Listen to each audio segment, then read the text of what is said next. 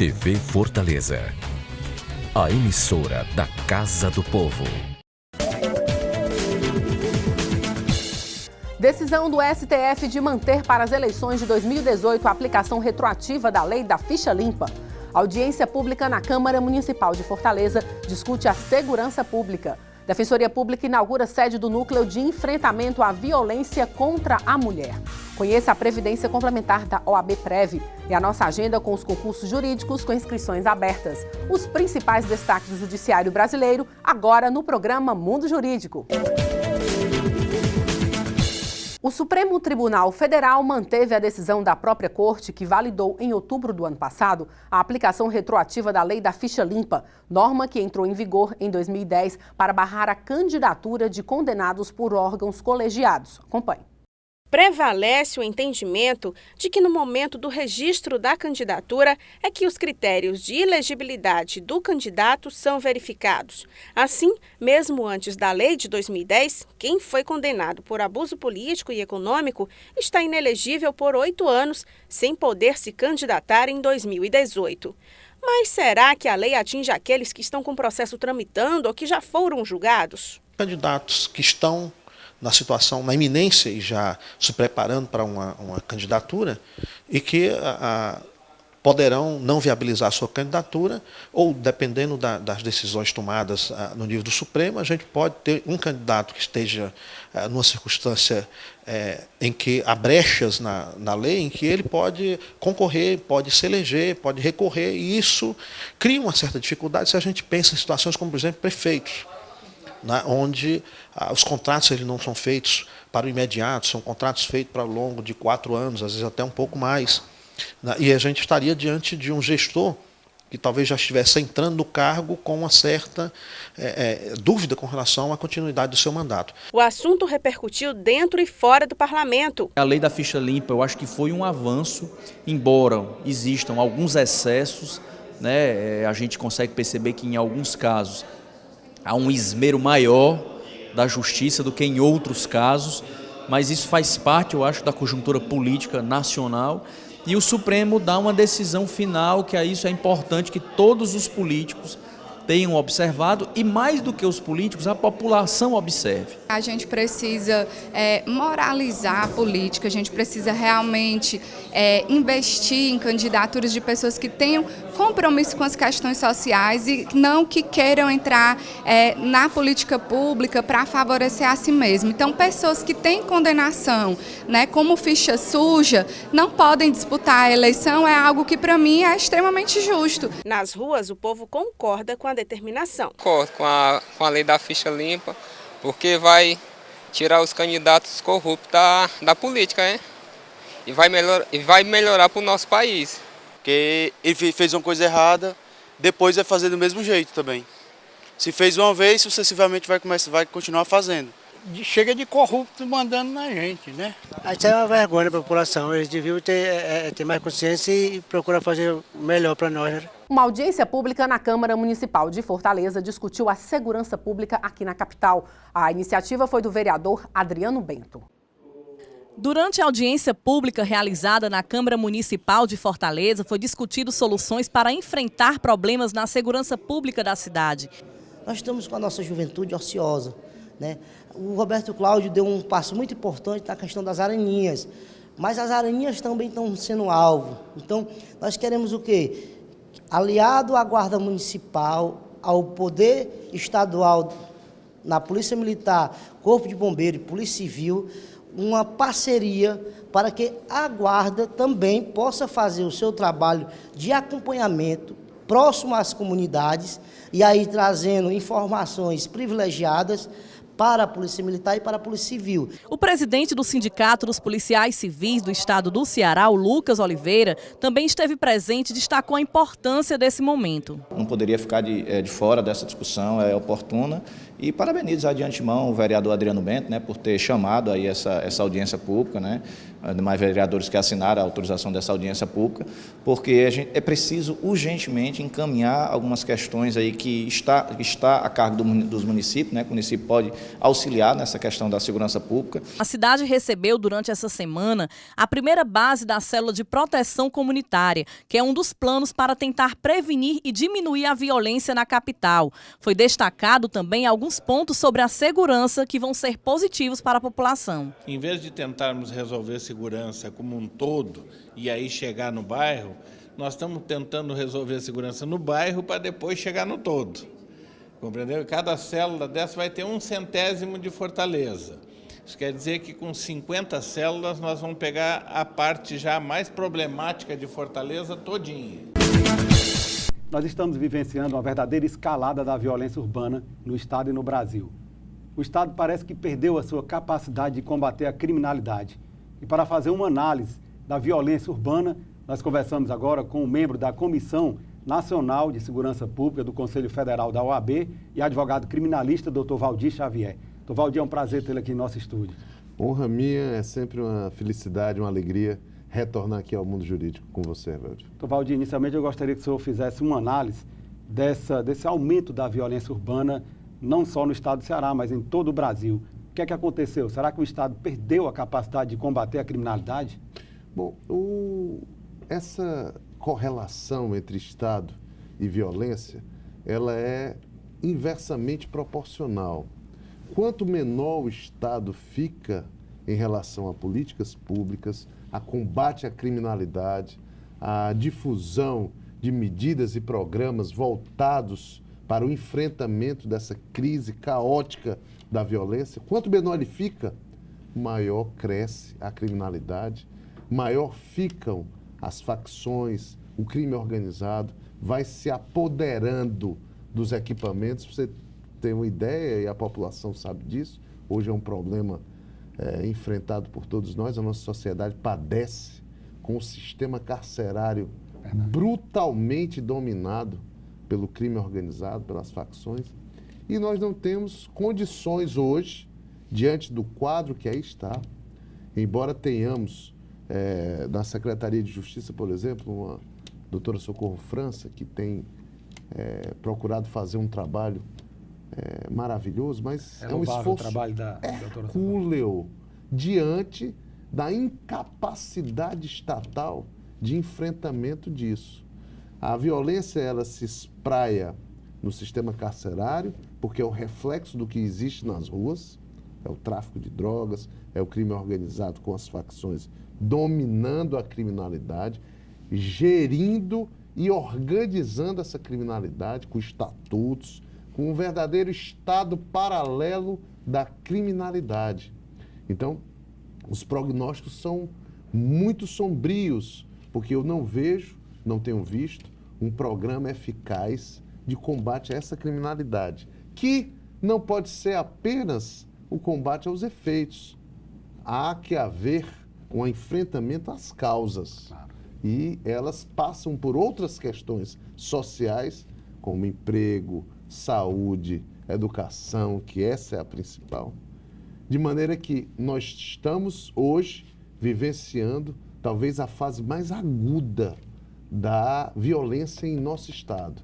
Nós estamos no 23º dia de janeiro, 24º dia de janeiro, e já temos um número alarmante de homicídios, cerca de 400 e poucos homicídios nesses primeiros dias de janeiro, o que é estarrecedor, são números de guerra civil, números que assombram, que apavoram a comunidade, que não pode frequentar determinados locais, que são expulsos de casa de determinadas regiões e bairros pela própria criminalidade, de maneira que os prognósticos, como eu disse, são muito sombrios. O senhor falou numa questão importante, que é essa crise do sistema carcerário. É uma crise que já se alastra aí há vários anos.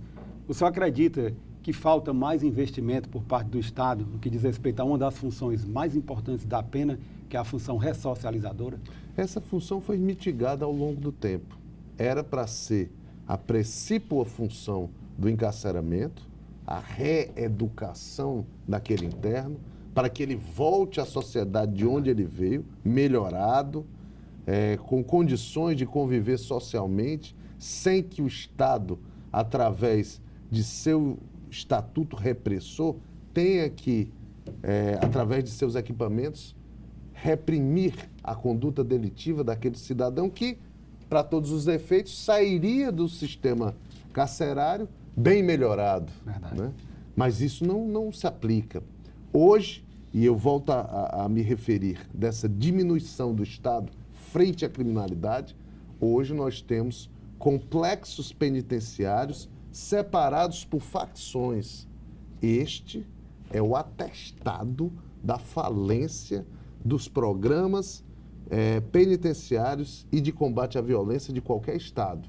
É dizer, essa chave deste determinado centro de privação provisória de liberdade, ou dessa penitenciária, ou desta cadeia, vai ficar com facção A, B, C, etc. Ou seja, nós estamos separando, né, porque não temos outra coisa a fazer, não há o que se fazer, claro. Porque se deixar junto vai ser um trucidamento, né, vai ser uma guerra e uma carnificina incontrolável, de maneira que estamos rendidos como Estado diante da criminalidade que se espraia, como eu disse, por todo o sistema penitenciário. Doutor Valdir, o Conselho de Segurança Pública do Estado de Ceará, inclusive, chegou a falar sobre a possibilidade de uma intervenção federal. O senhor acredita que este cenário, ora vivenciado, ele justifica uma intervenção? Olha, eu não acho desarrazoada a propositura do Conselho, não. Muito bem capitaneada pelo meu estimado colega, doutor Leandro Vasques, e amigo. E ela é uma saída diante dessa gravíssima e caótica situação que nós estamos vivenciando. Né? O Estado, o que é que nós precisamos esperar mais? Mais de 400 mortes nos primeiros dias de janeiro. Isso é um número escandaloso, porque se nós compararmos, e aí eu vou fazer um comparativo com outro estado, com outras condições, com outra situação, outro país completamente diferente, mas vou citar o número da Alemanha. No ano passado todo, foram cerca de 500 mortes violentas. O ano todo? O ano todo. Nós estamos nos primeiros dias de janeiro e já estamos batendo, para a nossa tristeza, o recorde anual da Alemanha em mortes violentas. Isso é preocupante, aflige a todos nós. A sociedade está insegura, não consegue conviver com tamanha opressão do crime e vendo o Estado inerte, ineficaz, sem conseguir acompanhar, sem conseguir combater, sem conseguir enfrentar essa situação. Doutor Valdir, vamos falar um pouco agora sobre processo penal. Eu gostaria de uma análise sua sobre o panorama processual penal, mas logo após um breve intervalo. A Câmara Municipal de Fortaleza não para de trabalhar pela população da nossa cidade. E para que você fique sempre por dentro do nosso dia a dia, temos vários canais de comunicação. Confira o que acontece na Câmara pelo site e pelas nossas redes sociais, como Facebook, Instagram, YouTube, TV Fortaleza e Rádio Fortaleza. Acesse, comente, assista, participe. A casa é sua também. Câmara e você, juntos construindo uma Fortaleza melhor. Nós voltamos a entrevistar o advogado especialista em direito criminal, o advogado Valdir Xavier. Doutor Valdir, no bloco anterior, a pergunta que ficou no ar foi, na verdade, um pedido que o senhor fizesse uma análise sobre o panorama processual penal.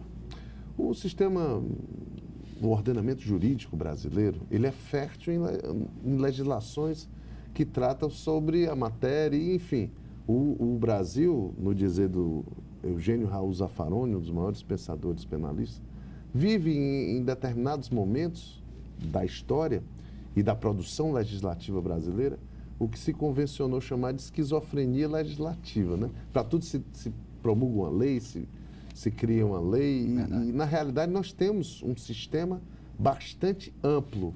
É bem verdade que tanto o Código de Processo Penal como o Código Penal, que passam por reformulações, vão tentar melhorar, do ponto de vista legislativo, essa compilação de leis para que haja um condensamento, uma codificação desse sistema normativo.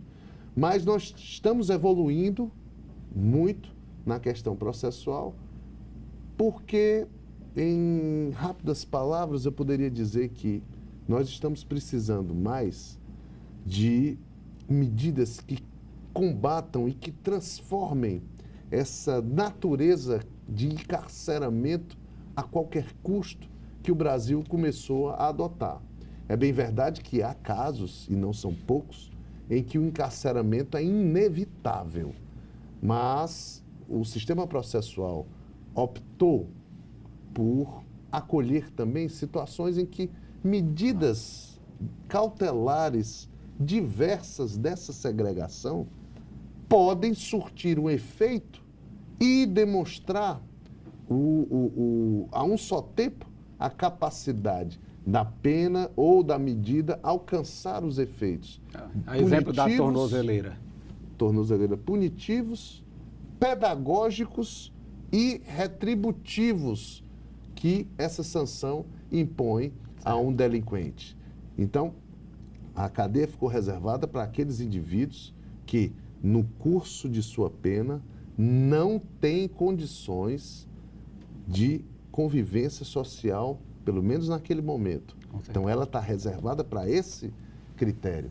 As penas, os delitos, as situações que possam ser contemporizadas através da adoção de medidas outras que atinjam até de maneira mais eficazes, de maneira mais eficaz, o verdadeiro objetivo da legislação processual penal, são sempre muito bem-vindas. É bem verdade que os tribunais ainda têm, em alguns casos, algum acanhamento em optar por isso. Por quê? Porque a escalada da violência, como você falou, assombra a todos. E o magistrado, às vezes, ao decidir, o Ministério Público, ao opinar, eles sentem que a sociedade já está refém da criminalidade. Então, esse componente é pesado, também é sopesado, tanto na prolação das decisões, como no oferecimento dos pareceres, em relação à necessidade ou não daquela segregação. Então, hoje, infelizmente, até sob esse ponto de vista, nós temos os juízes muito mais cautelosos e acanhados em optar por isso diante da possibilidade de colocar na rua alguém tão nocivo que venha praticar um outro crime mais grave, o que, na realidade, isso passa por questões ainda mais complexas de análise. Doutor Valdir, eu gostaria que o senhor falasse agora sobre os eventos jurídicos na seara criminal programados para esse ano. Esse ano nós teremos aí eventos muito importantes. Já temos o consolidadíssimo Fórum de Ciência Penal, né, com o Dr. José Valdo, que já o promove há mais de 25 anos, né? Eu acho que está no 27ª edição, salvo engano, e que trará certamente luminares da ciência penal e processual penal para discutir temas empolgantes, palpitantes, como nós também teremos alguns eventos, tanto no interior do estado, na região do Cariri e na região norte, em Sobral. Nós estamos programando alguns seminários, alguns cursos, inclusive na região centro-sul também. Vamos difundir esse pensamento jurídico penal e processual penal, a fim de fomentar o estudo, a difusão e a discussão das matérias jurídico-penais, né? Eu fiquei muito feliz que o professor Alex Santiago reorganizou um núcleo de estudos criminais da Universidade Federal e certamente também veio para mim como uma boa notícia nesse incremento do pensamento jurídico penal e processual penal, de maneira que teremos grandes nomes aqui e já de antemão peço licença ao programa e a você para trazer as novidades em breve e o calendário de atividades e de palestras e conferências que nós certamente teremos este ano de 2018, que é um ano promissor sob esse ponto de vista também. Doutor Valdir, infelizmente nós estamos chegando ao final da nossa entrevista. O programa Mundo Jurídico agradece a sua participação.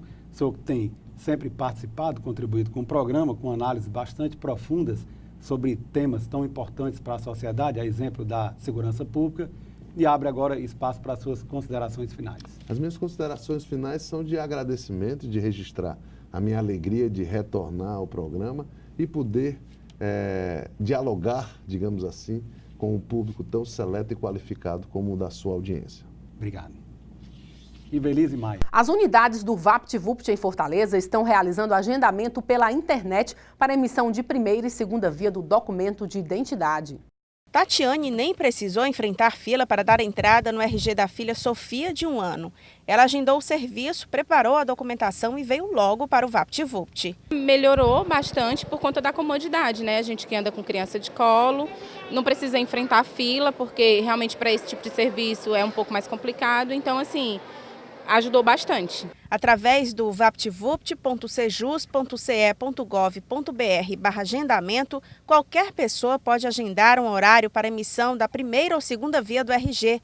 Basta escolher a unidade VaptVupt que deseja ir. 51% das pessoas não estão vindo ou estão vindo com a documentação errada. E aí é importante ressaltar que essa documentação ela está bem explícita lá no site do agendamento, tá certo? As pessoas estão vindo sem o boleto pago. Sem o boleto pago a gente não pode fazer nada. E importante também ressaltar que elas precisam estar aqui 20 minutos antes do horário agendado para que elas possam validar a senha. No momento do agendamento, o usuário é informado sobre os documentos necessários para cada tipo de emissão.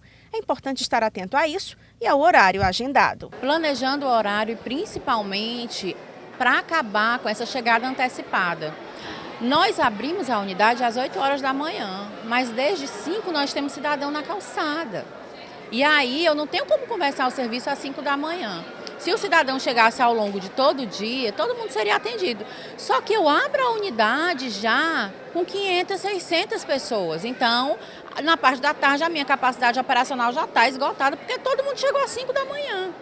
E aí a ideia do agendamento é que o cidadão possa escolher um horário, vir mais tranquilo, sem essa necessidade de chegar antecipadamente à unidade, uma vez que a gente só abre de 8 às 17, e que nós estamos aqui todos os dias tentando melhorar esse atendimento e tentando melhorar a vida desse cidadão.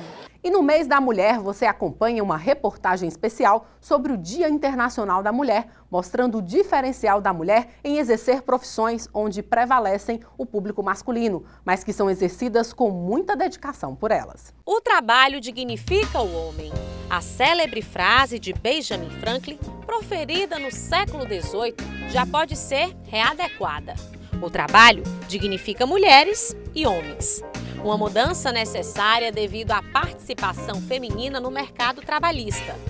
Hoje, elas ocupam praticamente todas as áreas, incluindo aquelas que até então eram dominadas pelo público masculino.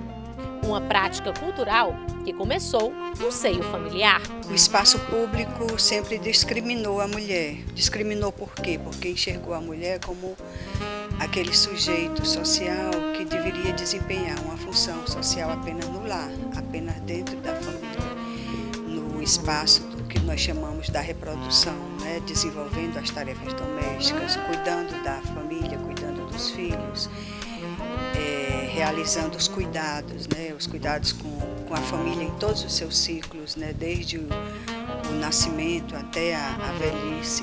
Entre as áreas que registraram aumento da participação feminina está a engenharia civil. No ambiente, a força de trabalho, no sentido literal da palavra, fica a cargo deles.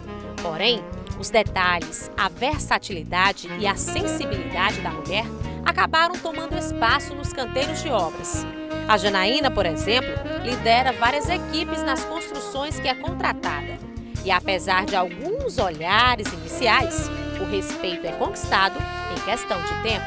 De certa forma, existe uma restrição. Porque eu, como mulher e nova, chegar aqui e lidar com um homem que já está há anos no mercado, de certa forma ele fica assim, eu vou acatar ou não as suas ordens. Mas aqui o que a gente quer mostrar é que de forma respeitosa e de pulso firme, nós temos capacidade suficiente para assumir determinadas funções. Então eu não estou aqui à toa. E falando em trabalho, o Dia Internacional da Mulher surgiu nesse contexto, onde mais de 90 mil mulheres russas saíram durante a Primeira Guerra Mundial pedindo melhores condições de trabalho. Porém, durante a Segunda Revolução Industrial, a data ficou esquecida, apesar das péssimas condições ofertadas nas indústrias. Foi somente na década de 60, com o movimento feminista, que a data tomou corpo novamente. E em 1977, a Organização das Nações Unidas assinou o dia 8 de março como Dia Internacional da Mulher. Uma data que requer atenção, pois exige a igualdade de gênero e realiza também o protagonismo feminino. E no serviço público, o desafio da tal igualdade entre os sexos é maior. A Guarda Municipal Ruth veste a farda da corporação há 15 anos. E apesar da roupa, do cargo e do modelo a ser seguido, no exercício da sua profissão, os detalhes femininos fazem parte do dia a dia da agente patrimonial. Para ela, não importa o gênero. O diferencial está mesmo no trato com as outras pessoas. Muitas vezes não é necessário nem exercer a força física, né? Às vezes só o bom trato, né? O conhecimento do local de trabalho. Isso faz a gente desenvolver bem o trabalho e assim não se discerne se foi o guarda homem, foi a guarda mulher que atendeu o público ou que exerceu aquela determinada função naquele momento. E se o diferente está na maneira como nós, mulheres, lidamos com o próximo, não há outra palavra para defini-las, senão insubstituível. É o que confirma a irmã Conceição, presidente do Lar Amigos de Jesus, uma instituição que presta assistência a crianças com câncer. Desde 1987, ela assumiu um compromisso com Deus e com a sociedade, de ser mãe, amiga, irmã, conselheira e serva de todos que passam por lá. Uma mulher que usa hábito e que também possui o hábito de sorrir e acalmar os corações. Procuro me aperfeiçoar no lidar com as pessoas, porque é uma verdadeira universidade a gente lidar com as pessoas. É uma aprendizagem cada vez mais forte, mais, vamos dizer, um desencadear de várias atividades. E eu vejo assim, a gente não pode perder um momento, não podemos perder nada. Porque se a gente, todo dia é um dia novo, ele não se repete. Então eu vejo assim, um Enem, nossa vida é o Enem, provas, todo dia tem uma prova. Eu preciso tirar nota boa, né, na prova. Porque quem é que é o meu gerenciador? É o próprio Deus. É Ele que está gerenciando tudo. Então a gente precisa do professor, ele me ensina e eu preciso exercer bem esse papel de, vamos dizer, de administrar o meu eu com as pessoas.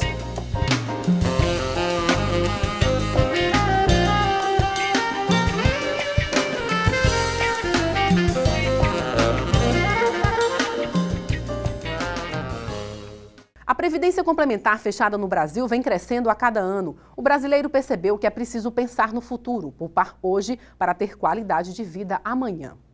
Na prática, os planos de previdência complementar funcionam como uma poupança. É um investimento de longo prazo e uma forma de investir bem flexível e transparente, em que você pode acompanhar, através de extratos, a rentabilidade de seus investimentos. Formar uma reserva financeira para realizar um sonho e planejar uma aposentadoria segura a longo prazo, além de uma renda para o caso de invalidez e uma pensão paga aos seus beneficiários caso ocorra alguma fatalidade. Esses são os principais objetivos de quem já aderiu ao plano de benefícios previdenciários do advogado OAB Prev Ceará. O sistema de segurança pública do estado de Ceará passa por uma crise que parece não ter mais fim. E para falar sobre a escalada da violência urbana, nós conversamos agora com o secretário-geral adjunto da OAB Ceará, Dr. Fábio Timbó. Dr. Fábio, é um prazer ter novamente conosco aqui no estúdio do programa Mundo Jurídico. Prazer é todo meu, Evelde. Doutor Fábio, qual a análise que o senhor faz dessa crise no sistema de segurança pública do estado de Ceará? Bom, Evelde, o assunto é muito intrigante, é um assunto polêmico, né? Ressalto que, com muita humildade, não sou expert no assunto, mas como diretor da Ordem, como secretário-geral adjunto e corregedor, acompanhando, junto com a nossa vice-presidente Roberta Vasques, as comissões temáticas da Ordem dos Advogados, que tem o objetivo de assessorar a diretoria da Ordem e a presidência para que a gente possa ter uma tomada de decisão de uma forma melhor. Eu acho muito precipitado, né, fazer alguma colocação, né, nesse momento de dificuldade, quero dizer, na verdade, de atirar a primeira pedra, né, de fazer aqui ilações ao governo do Estado ou à Secretaria de Segurança Pública. Não é esse o meu objetivo. Eu acho que esse é o momento de se ter serenidade, entender que o problema é gravíssimo. No ano de 2017, independente da vontade do governo, independente de qualquer anúncio do Conselho de Segurança, é fato incontestável que no ano de 2017 nós tivemos mais de 5.200 mortes. Se nós fizermos uma média, pedindo licença aqui, algum equívoco nos números, mas se nós fizermos uma média, isso está na imprensa escrita e televisionada, sendo discutida diariamente, são uma média de 14 mortes por dia que aconteceu no ano de 2017. Isso é um problema muito sério. Agora, é bem verdade que há de se reconhecer todo o esforço feito pelas últimas gestões. E diga-se de passagem que esse problema não é um problema local, esse é um problema nacional. Não. Porque os números apontam que em 2017 foram mais de 60 mil homicídios em todo o Brasil. É um número bastante assustador. Na verdade, esse é um problema nacional, é um problema de fronteira, é um problema do crime organizado. As facções chegaram ao estado do Ceará já há muito tempo e estão dominando os presídios. Então, é preciso que a gente tenha a tranquilidade necessária para fazer o bom debate. O que eu acho um equívoco, o equívoco que eu quero aqui ressaltar, cometido pelo governo do Estado, governo ao qual eu tenho muito respeito e, repito, reconheço o esforço que vem sendo empreendido pelo governo nos últimos anos, com o ingresso de mais policiais civis, de mais policiais militares, de delegados. Mas isso... Lançou o programa Ceará Pacífico. Lançou o programa Ceará Pacífico, que é uma coisa muito interessante, mas é preciso entender que não tem um dono da verdade. Outro aspecto, doutor Fábio, me permita, que quando o senhor fala no esforço do governo do Estado, que realmente deve ser reconhecido, eu sempre toquei aqui, em várias entrevistas que fiz aqui ao longo do ano com criminalistas, sobre um aspecto importantíssimo da pena, que é o da ressocialização, e que tem sido tão bem trabalhado pelo governo do Estado, por meio da doutora Socorro França, titular da Secretaria de Justiça e Cidadania. É oportuno que a gente possa enaltecer o que o governo vem fazendo de bom. Mas me permita completar que é um fato inconteste que o governo, nos últimos anos, notadamente no governo Cid Gomes e agora continuado pelo governador Camilo, né, dotou o Estado de um efetivo maior, de mais equipamentos, de viaturas, pistolas, novos coletes, onde eu tenho conhecimento que outros estados da federação vêm ao estado do Ceará para verificar o que é que foi feito. Porém, o que está acontecendo, então? Porém, nós não podemos apagar os equívocos que, porventura, possam estar sendo cometidos. Certo. Eu queria completar dizendo o seguinte, que o efetivo que foi aumentado era necessário, mas isso se deu por quê? Porque o déficit de anos, né, quando nós vimos alguns experts na área de segurança pública ressaltando que houve um crescimento vegetativo da população e esse incremento de mais efetivo não acompanhou. Durante alguns anos, por que não dizer décadas, foi criado uns déficit muito grande em relação a isso, ao ponto que esse efetivo que foi, salvo o melhor juízo, esse efetivo que foi implementado agora nos últimos anos, tem se mostrado insuficiente. Né? Eu acho que não tem nenhum problema, nós queremos ajudar o governo do Estado. A Ordem dos Advogados, enquanto defensora da sociedade, quer se unir ao sistema de justiça, ao Tribunal de Justiça do Estado do Ceará, à Defensoria Pública, ao Ministério Público, à Polícia Federal, à Secretaria de Segurança Pública, não para simplesmente criticar. Esse não é o objetivo. Nós queremos nos irmanar para tentar minimizar esse problema que assola o nosso estado e, sobretudo, a cidade de Fortaleza, que nos últimos dias morreram uma quantidade exorbitante de pessoas. Então, a pergunta que não quer calar, por que a Ordem dos Advogados está fora desse debate? Ora, a Ordem tem, e é esse destaque que eu queria dar, Evelte, com a sua licença, nós temos uma Comissão de Segurança Pública, nós temos uma Comissão de Direito Penitenciário, de Direitos Humanos, né? A Ordem debate isso sistematicamente. Nós temos relatórios que vêm sendo feitos nos últimos anos, relatórios estes que mostram como se encontra o sistema penitenciário, o problema recorrente nas delegacias, onde há um esforço do governo, retira os presos, os que estão lá detidos na delegacia, retira, aí depois volta e tal. Então, assim, esse é um problema crônico. E esses relatórios podem muito bem ajudar o governo na tomada de decisões. Né? É bem verdade que nós devemos aqui, Evelte, é assim que penso, né, que dentro desse Estado Democrático de Direito que vivemos, é oportuno que a gente deixe as vaidades de lado, certo? Eu tenho a coragem de dizer que eu não sei nem se é o melhor que eu estou vendo nas redes sociais, as pessoas pedindo a saída do secretário de Segurança. Eu não sei nem se nesse momento é o ideal. Esse aqui é o meu ponto de vista pessoal, o ponto de vista do advogado Fábio Timbó.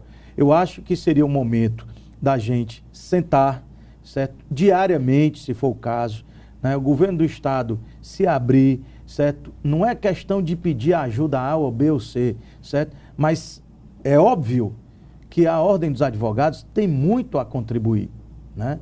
Doutor Fábio, fala-se inclusive nesse momento de crise em intervenção federal. O senhor acredita que há motivos suficientes para que seja decretada uma intervenção federal no Ceará? Eu gostaria que o senhor respondesse essa pergunta logo após um breve intervalo. A Câmara Municipal de Fortaleza não para de trabalhar pela população da nossa cidade. E para que você fique sempre por dentro do nosso dia a dia, temos vários canais de comunicação. Confira o que acontece na Câmara pelo site e pelas nossas redes sociais, como Facebook, Instagram, YouTube, TV Fortaleza e Rádio Fortaleza. Acesse, comente, assista, participe. A casa é sua também. Câmara e você, juntos construindo uma Fortaleza melhor. Nós voltamos a entrevistar o secretário-geral adjunto da OAB Ceará, Dr. Fábio Timbó. Dr. Fábio, a pergunta que ficou no ar no bloco anterior foi sobre intervenção federal. Fala-se agora em intervenção federal. Você acredita que há motivo suficiente para que seja decretada uma intervenção federal? Evelte, na verdade eu queria, nesse momento, né, solicitar à Secretaria de Segurança Pública do Estado do Ceará que pudesse ouvir o Conselho de Segurança. Eu acho que aquele fórum de debate é o fórum mais adequado, né, onde pessoas ali que detêm uma expertise melhor na área de segurança, né, há uma fala do colega advogado e amigo Leandro Vasques nesse sentido, né, de que talvez fosse o caso de uma intervenção federal. Essa é uma atitude muito radical, né? Eu acho que deve ser só pesado em havendo essa solicitação, certo? E ela sendo deferida pelo Executivo e, salvo engano, deve ser aprovado pelo Congresso, né? Eu não sei se é a melhor saída, porque isso traz alguns reflexos positivos e outros reflexos negativos. Com certeza. O que eu posso lhe precisar é que, em virtude dessa colocação feita pelo Conselho de Segurança, né, foi solicitada a Ordem dos Advogados que a gente pudesse realizar uma sessão extraordinária do Conselho Seccional, que acontecerá amanhã, quarta-feira, a partir de 2h da tarde, onde, de forma democrática, para se fazer de forma responsável o bom debate, foi convidado o secretário de Segurança Pública, a doutora Socorro França, como secretária de Justiça, para a gente debater este assunto. Eu acho que, nesse momento, é um momento de cautela, com tranquilidade, sem assodamento. Quero deixar claro aqui, porque tem muita gente se manifestando, que a Ordem dos Advogados ela é apartidária, não tem bandeira política, né? Então, até em respeito ao Conselho Seccional e a essas autoridades, nós vamos fazer esse debate amanhã. Eu espero que a gente, junto com essas inteligências, né, nós possamos encontrar o melhor caminho. Mas, se você me permitir, eu entendo, salvo o melhor juízo, que independente se esse pedido vai ser levado à frente ou não, eu entendo que a gente deve, a colocação é oportuna, eu acho que a gente deve se desarmar com tranquilidade, né, entender que é oportuno unir todas as forças em prol de minimizar essa questão. Sua Excelência, governador, faz uma severa crítica ao governo federal. Eu acho que o governo também não pode só apontar para o governo federal, mas eu não posso deixar de reconhecer que, neste aspecto, quando o governo do Estado solicita que o governo federal faça um plano efetivo para minimizar essa questão, né, para diminuir esses impactos negativos da bandidagem, o ingresso de drogas através das fronteiras, eu não posso deixar de concordar com Sua Excelência governador. Agora, por um outro lado, como gestor do governo do Estado, né, eu digo aqui que a Ordem dos Advogados está disponível para ajudar a Secretaria de Segurança Pública, a Secretaria de Justiça. Nós queremos ser ouvidos, né, para a gente apresentar os relatórios que nós temos, né, contar algumas experiências dos outros estados, né, e também colocar o Conselho Federal da Ordem dos Advogados, né, junto com os governadores, para tentar fazer, quem sabe, aí uma frente parlamentar no Congresso Nacional para conseguir que Sua Excelência, o Presidente da República, volte os olhos de forma efetiva para essa questão de segurança que assola o nosso país e o Estado do Ceará, porque nós não aguentamos mais essa insegurança e mais gente morrendo e mais gente morrendo. Quer dizer, é um caos, né, e a sociedade está aterrorizada, não é para menos, né? Eu mesmo tenho a minha família e estou pedindo que a minha família tenha tranquilidade e que se cerque das devidas cautelas, né? Estamos evitando certos lugares. Porque isso acaba ocasionando um pânico, né, no seio da sociedade.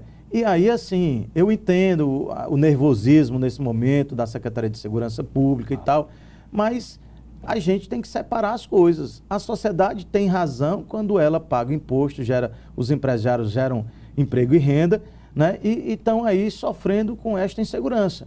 Eu não quero aqui, Evelto, dizer e apontar o dedo, dizer que a culpa é do governador do Estado. Essa não é a questão. Eu acho que o governador ele é muito bem intencionado, certo? Chamou a responsabilidade para si. O Ceará Pacífico, como você disse minutos atrás, é uma belíssima atitude.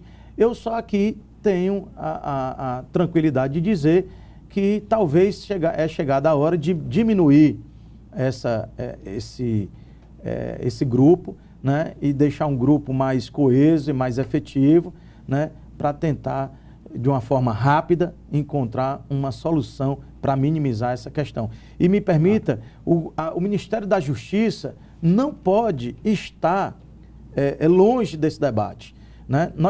Se as facções estão dominando o sistema penitenciário, né, e conversam entre si, vem aquele velho assunto, aquela velha polêmica dos bloqueadores nos presídios.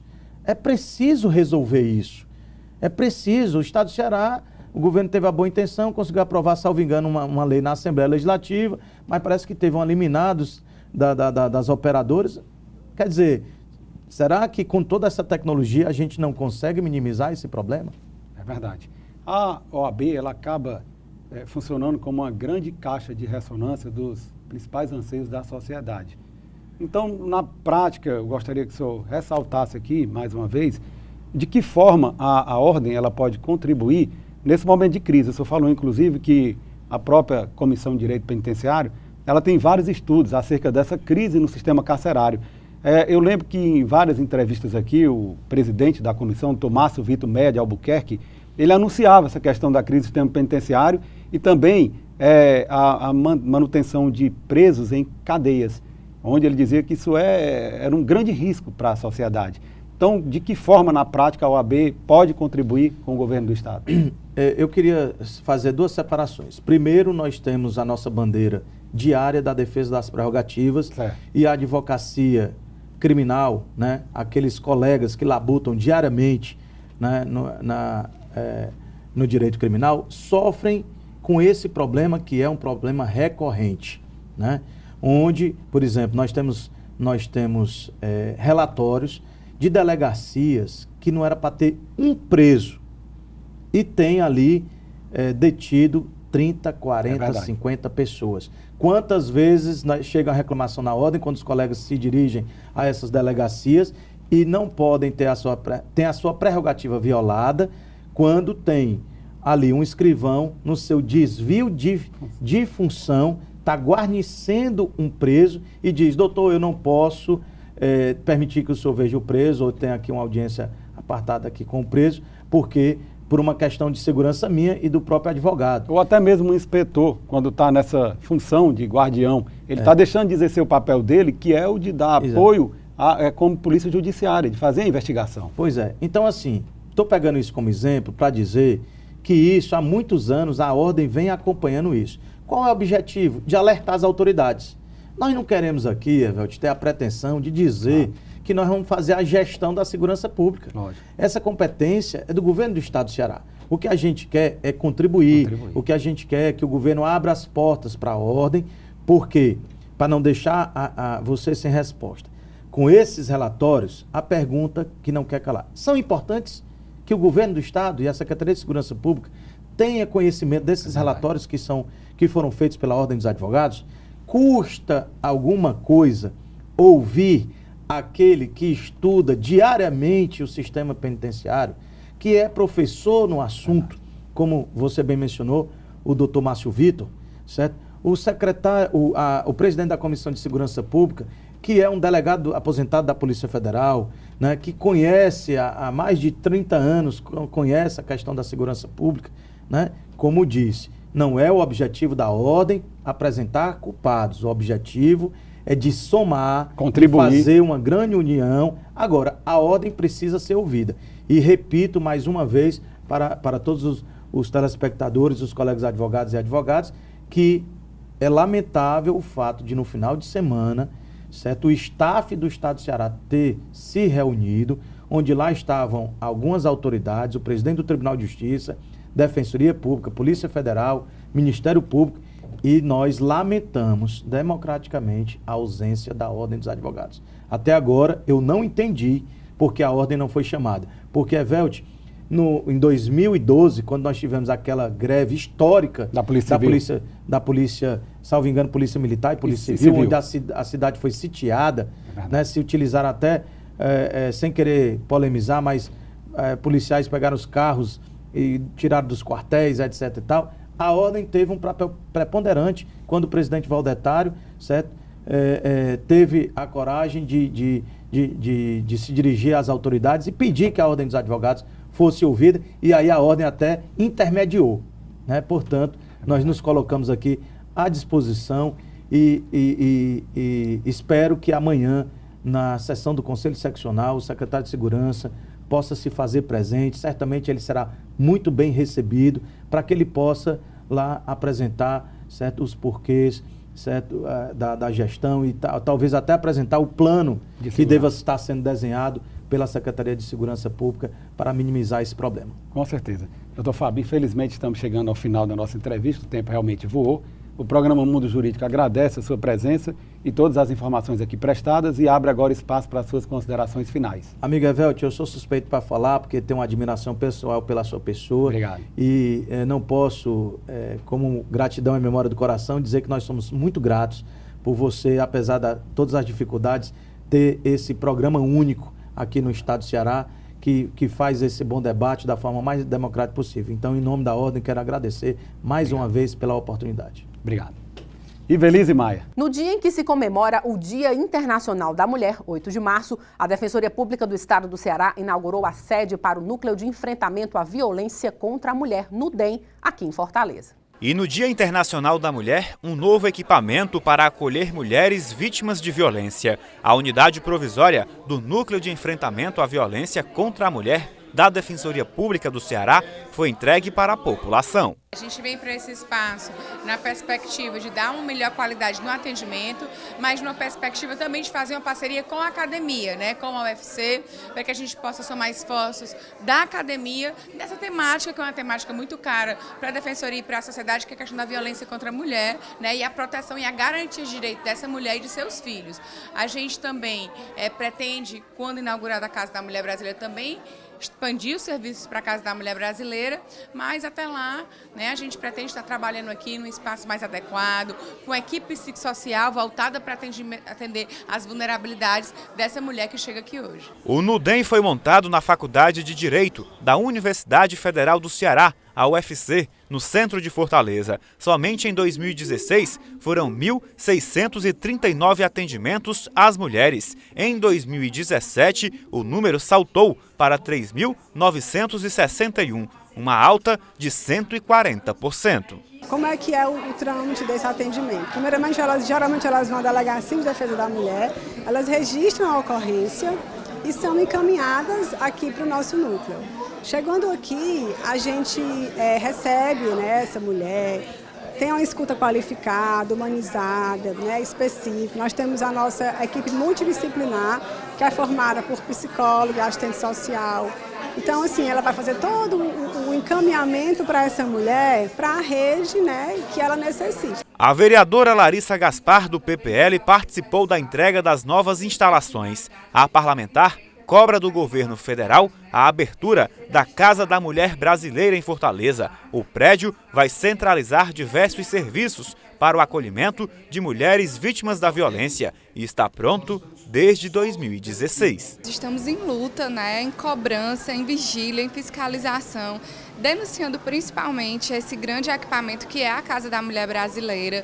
É uma parceria com o governo federal, parceria essa firmada ainda no governo da ex-presidenta Dilma e que por uma irresponsabilidade do atual presidente Temer ainda se encontra fechada. Um equipamento que iria acolher Delegacia da Mulher, Juizado da Mulher, Defensoria, Ministério Público da Mulher, os Centros de Referência da Mulher, ou seja, um equipamento que iria integrar todas as políticas voltadas ao atendimento à mulher vítima de violência para que ela não seja revitimizada peregrinando por esses vários espaços isolados em vários pontos da cidade, mas infelizmente a gente não tem ainda esse compromisso do governo federal para que a casa abra. E vamos conferir agora as dicas dos principais concursos jurídicos com inscrições abertas em todo o Brasil na nossa agenda. Acompanhe. Tribunal de Justiça do Ceará, inscrições até 6 de abril. Ministério Público do Espírito Santo, inscrições até 2 de abril. Polícia Civil do Espírito Santo, inscrições até 15 de maio. Tribunal de Justiça do Espírito Santo, inscrições até 20 de março. E a gente fica por aqui. Acesse a página do programa no Facebook, Instagram e assista todos os programas no nosso canal no YouTube. Obrigada pela companhia e até a semana que vem.